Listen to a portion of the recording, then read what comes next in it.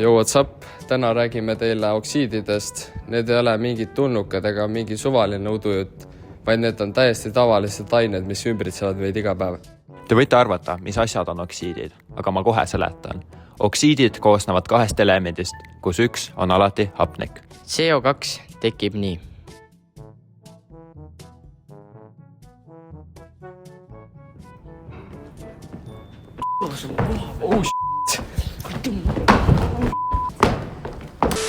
Sorry, keegi võttis mu kohe ära, aga lähme edasi. Oksiidid jaotuvad mitmeks osaks, aluselised ja happelised. Aluselised oksiidid on metallidest. Nad moodustavad veega aluseid ja hapetega reageerides teevad soola ja vee. Happelised oksiidid on mittemetallidest. Nad tekitavad veega happeid ja reageerivad alustega. Oksiidid on igal pool. Looduses, tehastes ja isegi sinu arvutis. Pea meeles, et hapnik pluss mis iganes muu element võrdub oksiid.